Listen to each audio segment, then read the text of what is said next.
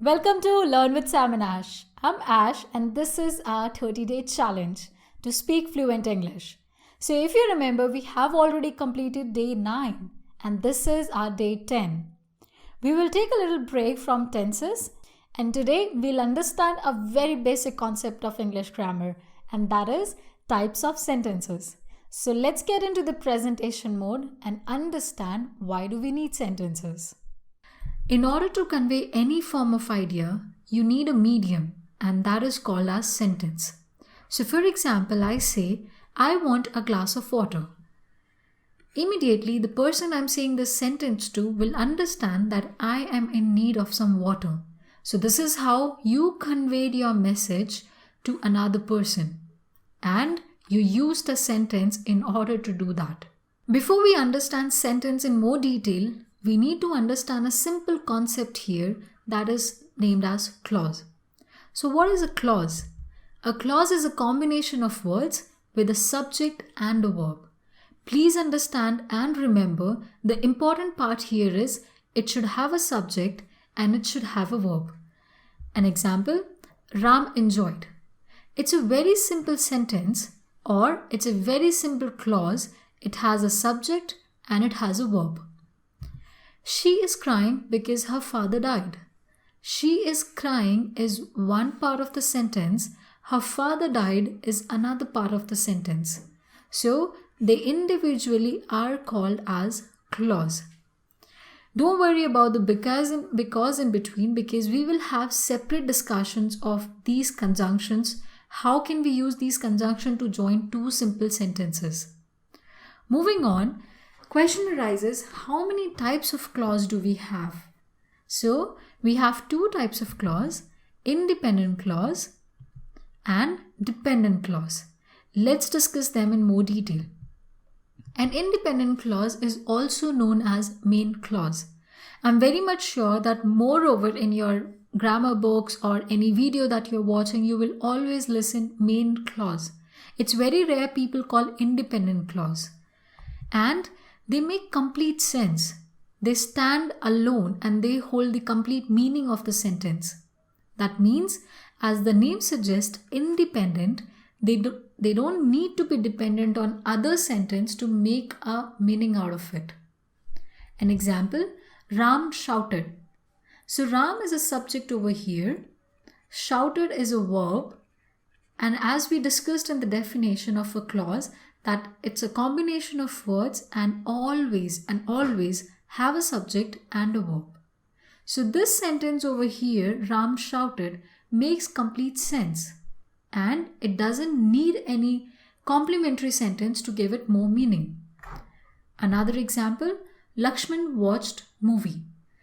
Lakshman is your subject, watched is your verb, and movie is object. So in this sentence, again, we understand that this is an independent clause. It doesn't depend on other part of the sentence to get its meaning. Moving on, we have our second type of clause, that is dependent clause. As I always say, in grammar, most of the concepts are derived from the word itself. So please understand the word carefully. Automatically, you will have the meaning in your hand. Over here, dependent clause means something that is dependent on something or a clause or maybe a next statement or a sentence. So dependent clause is also known as subordinating clause, and it is dependent on the main clause for its meaning. That means if you have a clause which has a subject and a verb but it doesn't make much sense to you, that means it's a dependent clause. Let's look into some examples. You bought for me. Don't you think it's kind of incomplete? You bought for me? What? What did you buy for me? Is a simple question that comes to our mind. Let's look into another example. Cat was smarter. Over here, smarter shows a comparative degree. And we are not sure whether cat was smarter than a rat or it was smarter than any other animal. So please understand, a dependent clause will be having a subject and a verb both. But it will be incomplete in its meaning and hence it is recognized as dependent clause. Moving on, let's get back to our primary topic, that was sentence, and let's understand how many types of sentence do we have. I hope till now you will have a proper understanding of clauses. If not, please go back to the slides again and understand them in more detail, because the understanding of clause will make it more easier for you to understand sentences. So we have four types of sentences: simple sentence, complex sentence, compound complex sentence. Sometimes you will also come across complex compound sentence, which is, other way of writing compound complex sentence. So don't get confused with them. Let's discuss all of them one by one. Simple sentence. Simple sentence is always a combination of a subject and a verb, or you can say it contains only one clause.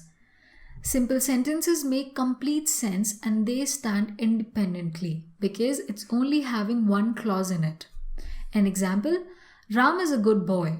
Ram is your subject, is your helping verb, or you can say verb in this case because we don't have a main verb over here. A good boy is an object in the sentence. So when you have a subject, you have a verb, that means you have a clause. In this sentence, we have only one clause and hence we name it as simple sentences. Remember, in your day-to-day conversation, you will use simple sentences more often. But when you write something or when you read something, you will come across to the other forms of sentences as well. Let's take one more example. Tiger ran. So tiger is your subject, ran is your verb, and hence it's a complete clause. It doesn't need any other additional information to make sense, and hence we can say it's a simple sentence. Let's discuss second type of sentence, that is compound sentence. So if you remember from your noun, we discussed a type of noun that was compound noun, in which you add two noun to make one noun. For example, we discussed hair plus cut makes it haircut, and hence it's a compound noun. Similarly, you have compound sentences. Compound sentences are the combination of two independent clauses. Please remember, if I'm emphasizing on this word, two independent clauses, that means it's the tricky part here. So you cannot have a dependent clause in this. All you need is two independent clause. So when I say independent clause, that means they should stand alone and should make complete sense. Also, they're always connected with a coordinating conjunction. Don't worry about this word over here, coordinating conjunctions, because we are having other slides to discuss this in more detail.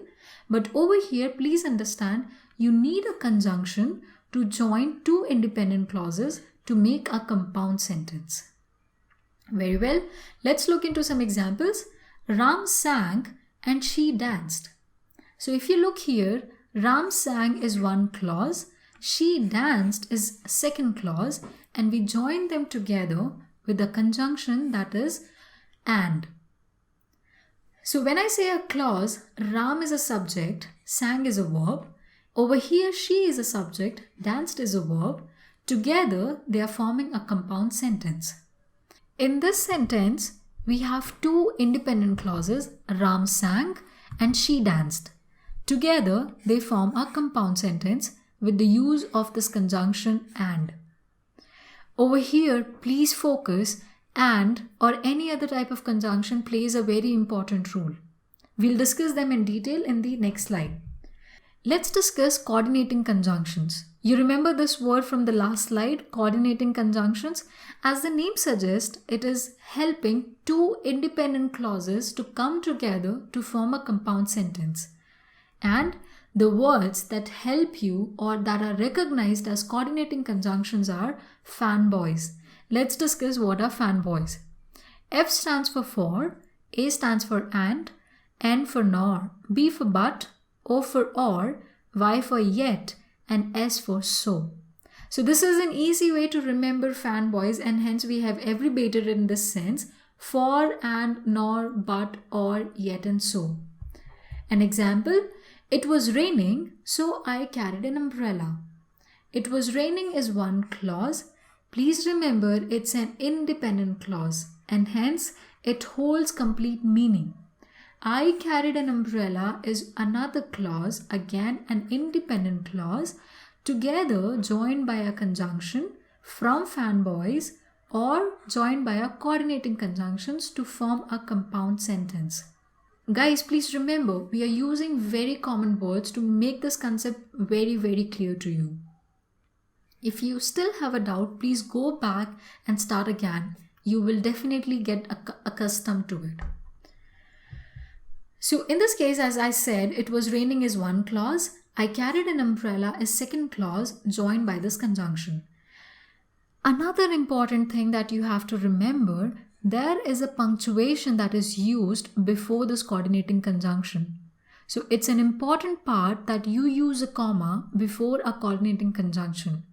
Please don't worry, we have a separate chapter for punctuations in which we will be discussing these punctuation in compound sentences, complex sentences, compound complex sentences in more detail.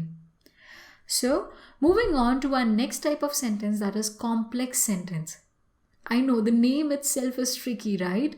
Complex means something that is very complicated and two or more clauses must be joining together. That's correct. In a complex sentence, we have a combination of an independent and a subordinating clause. Or you can say a dependent clause. So this is the difference between a compound sentence and a complex sentence. In compound sentences, we have two independent clauses, but in complex sentence, we have an independent clause and also a dependent clause. Let's look into an example. She smiled because I cracked a joke. She smiled is one clause. I cracked a joke is a second clause. She smiled, I cracked a joke. But if you focus here, in between we have another conjunction which is recognized as subordinating conjunction. Now, as the name suggests, subordinating shows a dependency of one part of a sentence over the other part of sentence. So she smiled needs a reason. Why is she smiling? That means this is an dependent clause. I cracked a joke makes complete sense and hence it's an independent clause. If you remove she smiled from the sentence and just leave I cracked a joke, the sentence will still hold good. It doesn't need any other dependency to make it meaning complete. But if I remove I cracked a joke from the sentence and leave it to she smiled, do you think you will not ask another question? Definitely yes. You are going to ask why. Why did she smile? She smiled because I cracked a joke. Now this makes a complete sense. So in complex sentence, you definitely need an independent clause so that a subordinating clause can depend on the independent clause to make a complete sense. Let's discuss what are these subordinating conjunctions. So I always suggest to my students that if you want to remember what are subordinating conjunctions, please remove fanboys from your conjunctions list and everything that is left is your subordinating conjunctions. But still, to make it little more appropriate for you to understand, we have a tricky part, a white bus. A white bus is a combination of certain conjunctions, not all of them, so that you have an idea of what subordinating conjunctions are. A stands for although, W stands for whenever, H stands for however, I stands for if, T stands for though, E stands for even if, B stands for because, U stands for unless, and S stands for since. As I said, you still have many more subordinating conjunctions to be discussed. But to make you familiar with some of them, please remember a short abbreviation that is a white bus. Let's look into an example. If she calls, let me know. Again, let's segregate into two parts. She calls is one clause, let me know is one clause, but there is a conjunction which is there at the start of the sentence, and that conjunction is known as subordinating conjunction. So, she calls. needs another sentence or need another clause to make complete sense. Let me know holds good, and hence this is an independent clause and this is a dependent clause. Together with the use of a subordinating conjunction, we form our complex sentences. Complex sentence. Again, let's use the same trick.